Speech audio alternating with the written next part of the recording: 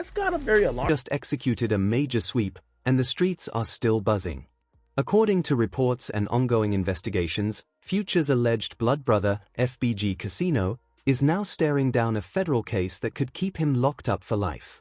The hip-hop world is shook because behind the flashy lifestyle, the cars, the jewelry, and the FBG ties, authorities claim Casino was running a high-level operation that eventually led to doors getting kicked in, over 21 kilos of alleged product seized, and nearly $400,000 in cash recovered. But what really brought Casino down is way more complicated than people think, and investigators are reportedly building something even bigger, something that some believe could reach all the way toward Future's orbit. Yo, what's good fam? We about to break down this entire situation and clear up what's rumor, what's speculation, and what's actually on record. The street's been talking non-stop since Casino got picked up, but it's time to separate facts from fiction. November the 19th, 2025, that's the date everything changed for Rico DeVille Boyce, better known as FBG Casino. The 41-year-old was staying at an Airbnb in Forest Park, Georgia when a federal task force pulled up heavy. And this wasn't no regular street arrest, we talking federal warrants, mandatory minimums, and a case that looks like it's been building for a long time. But here's where it gets wild. Authorities say Casino had been moving the same way for years. So the real question is, why now, and why him? Here's how it went down. On November 14, 2025, agents from the FBI, DE, and Clayton County rolled up on the Forest Park rental like they were shooting a movie scene. Reports say Casino spotted them and tried to dip out the side door. 41 years old, still running like he's 20 and deep in the streets. But federal agents don't move sloppy. This operation wasn't random. They had the whole thing mapped out, tracked, and timed perfectly. When they grabbed him trying to make a run for it, agents say they found $4,000 cash stuffed in his pockets. For regular folks, that's a lot. But for someone allegedly moving the type of weight Casino was tied to, that's nothing more than pocket cash. And yeah, in the hood, running from cops is natural instinct, but running from federal agents is a whole different level of pressure. This wasn't some corner-level hustle. Authorities say this was a full-blown distribution network that had been operating quietly for years.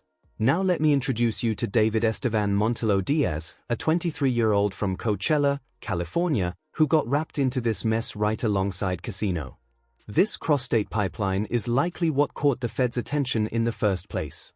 When product is allegedly being moved from California to Georgia, that instantly becomes interstate trafficking, and that's when federal agencies step in heavy. This young dude probably thought he was just chasing fast money. Now he's facing the same potential life sentence Casino is staring down. Agents say Casino had $4,000 on him, but that was nothing compared to what they reportedly found inside the house: 21 kilograms of that deadly substance, $380,000 in rubber-banded cash, a money counter, a food sealing machine, and a Glock 19. That's the kind of setup you see in a well-organized operation, not some small-time hustle. And if that wasn't enough, investigators say they discovered another $80,000 stuffed in a designer bag linked to Casino. This man was allegedly living like a kingpin, all while his brother is worth hundreds of millions. But here's the part that shocked everybody. Casino had literally appeared in one of Future's music videos, standing right there on camera, shining and flexing like everything was sweet. Feds did a sweep, and that music video made everything look even crazier in hindsight. In the clip, he's surrounded by money, product, and the exact lifestyle that eventually got him hemmed up. Life imitating art, or art imitating life, either way, it looked like he was broadcasting his whole operation while the feds were quietly taking notes. But this story goes way deeper than a simple possession or trafficking charge. Casino had been tied to the game long before this arrest, talking openly about his past in interviews and even dropping a mixtape back in 2013 literally titled Ex-Drug Dealer.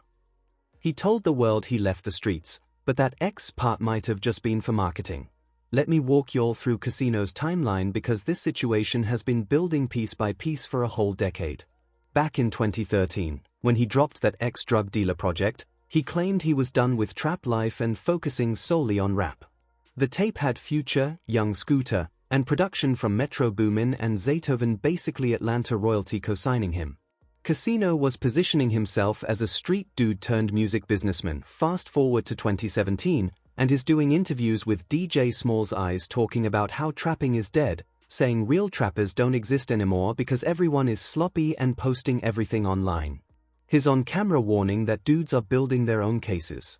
The irony hits hard, because years later that's exactly what people say he was doing, stacking evidence against himself through interviews, posts, and flex videos. Then you got that street politician interview where Casino is riding around allegedly strapped, talking about having hitters ready, showcasing weapons in a Rolls-Royce. Comment sections were calling it reckless, saying he was basically recording his own indictment. One commenter even said, "How many homies gotta go to the feds before these dudes realize these videos are self-incrimination?" And looking at what happened, that comment aged like a prophecy. For people who don't understand the street psychology, let me break it down. When your brother is worth between $50 to $100 million like Future, but you still choose to take risks that could get you federal time, that's either pride, stubbornness, or something deeper. In the culture, that's the fear of feeling dependent, not wanting to look like you're living off someone else's shine. But Casino took that independence mindset to a dangerous extreme. And here's where everything gets even more complicated. Casino wasn't just Future's brother, he was reportedly involved in real business operations for FBG, someone who handled day-to-day moves, someone Future trusted inside the label. So the big question the feds love to ask is, where does the legit business stop, and where does the illegal activity start? That blurry line is exactly the type of gray area federal agents specialize in digging through. RICO cases hit different. And the real kicker? Casino is staring down a mandatory minimum of 10 years, with the max being life. At 41, that's basically a slow-motion death sentence. But here's the part that really makes you think. Casino's been moving wild for years. He's been all over social media, doing interviews, flexing in videos, even had that viral clip in Future's "Feds Did a Sweep" moment where he's literally surrounded by cash and product. So the question is, did the feds decide to move now? Let's keep it real. Someone dropped a dime. You don't just accidentally discover 21 kilos and $380,000 in cash. The feds had pinpoint intel. They knew exactly where to go, what time to raid, and what they were going to find. Casino's been active for a long time, but something shifted behind the scenes. Maybe it was his co-defendant, David Montello Diaz, the one tied to California. That interstate connection alone is enough to light up federal radar. Here's what people don't understand about federal cases. The feds don't operate on vibes. They build these cases brick by brick, months, sometimes years of silent work. Wiretaps. Surveillance. The feds got a whole blueprint now, especially after what they did to Young Thug and YSL. And when you look at Future's situation, it starts getting real dangerous. Future got FBG Freeband's gang, and Casino is basically running daily operations. Multiple artists, big money flowing, legitimate businesses mixed with street ties. That's exactly the type of setup the feds love to flip into a RICO narrative. They could easily argue Future is the head of a criminal enterprise, using his music empire to wash money coming from his brother's operation. Just look at the YSL case. The prosecutors claimed YSL wasn't a label but a gang. They used lyrics, IG posts, videos, phone records, and financial transactions as evidence. Now imagine that same strategy applied to Future. His brother just got caught with 21 kilos. That alone puts Future in the danger zone. The feds could argue Future knew what Casino was doing and FBG was the perfect pipeline to clean the cash. And don't forget, Future's entire catalog is loaded with references to trapping, moving weight, and street life. Songs like Move That Dope, Karate Chop, and a dozen others. The feds love pulling lyrics into court to prove intent, and Future got more than enough material for them to twist. They could paint FBG as a criminal organization, with Future as the boss and Casino as the one on the ground handling the dirt. But the scariest angle? Follow the money.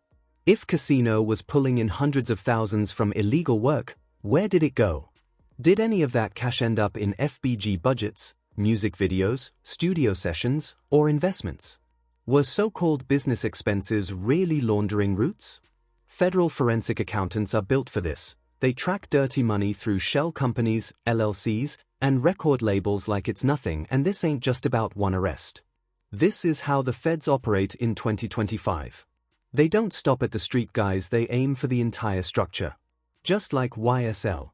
Just like what they probed Cash Money for. Just like the BMF collapse. Same pattern every time. Start with the soldiers, then climb up to the generals. But the real question is, why now? Casino's been moving like this for years. So what changed in November that made the feds finally strike? Something or someone sparked this move. 2025 brought a whole new energy in federal enforcement. Maybe it's Trump's administration pushing heavier crackdowns. Maybe someone high up in Casino's circle got grabbed and started cooperating. Or maybe the feds finally stacked enough evidence to launch a bigger RICO push. But here's the part that really don't make sense. Why was Casino still in the streets when Future could have easily put him on payroll? Future's worth hundreds of millions, yet his own brother was out here risking a life sentence. For what? Pride, independence, or because Future kept distance knowing this day was coming? In street culture, there's a mentality that you don't walk away from the game that raised you. Even when you got legit opportunities, some people feel obligated to the streets, like they owe something back. Casino might have felt tied to the people who relied on him, the operation he built, the reputation he carried.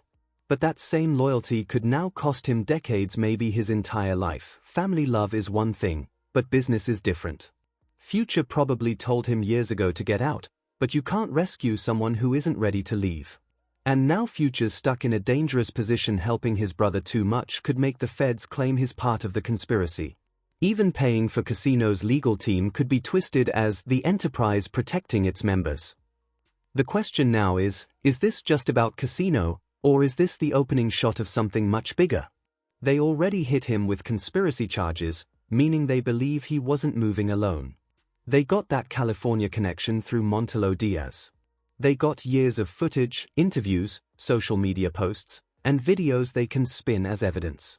This might be the early stages of a much wider investigation into FBG as a whole and the task force that grabbed Casino? That was Homeland Security, not local cops. This unit exists to hunt transnational criminal networks. They got budget, manpower, tech, and a mandate to take down big players. The fact that they used this task force tells you the feds see something way bigger than just one man moving weight. At the end of the day, Casino's story isn't just about getting caught. It's about pride, loyalty, and not knowing when to step away from the life. He had every chance to leave the streets behind. His brother is one of the biggest names in rap. He could have lived comfortably, safely, legally. But sometimes the streets don't free you. And sometimes you don't want to be free. Casino's situation is a cautionary tale. What happens when you can't grow past the world that shaped you? Casino had the blueprint for success sitting right in front of him. His own brother went from trapping to global superstardom, built an empire, and proved there was another path. But instead of following that route, Casino stayed tied to a game that never gave loyalty back.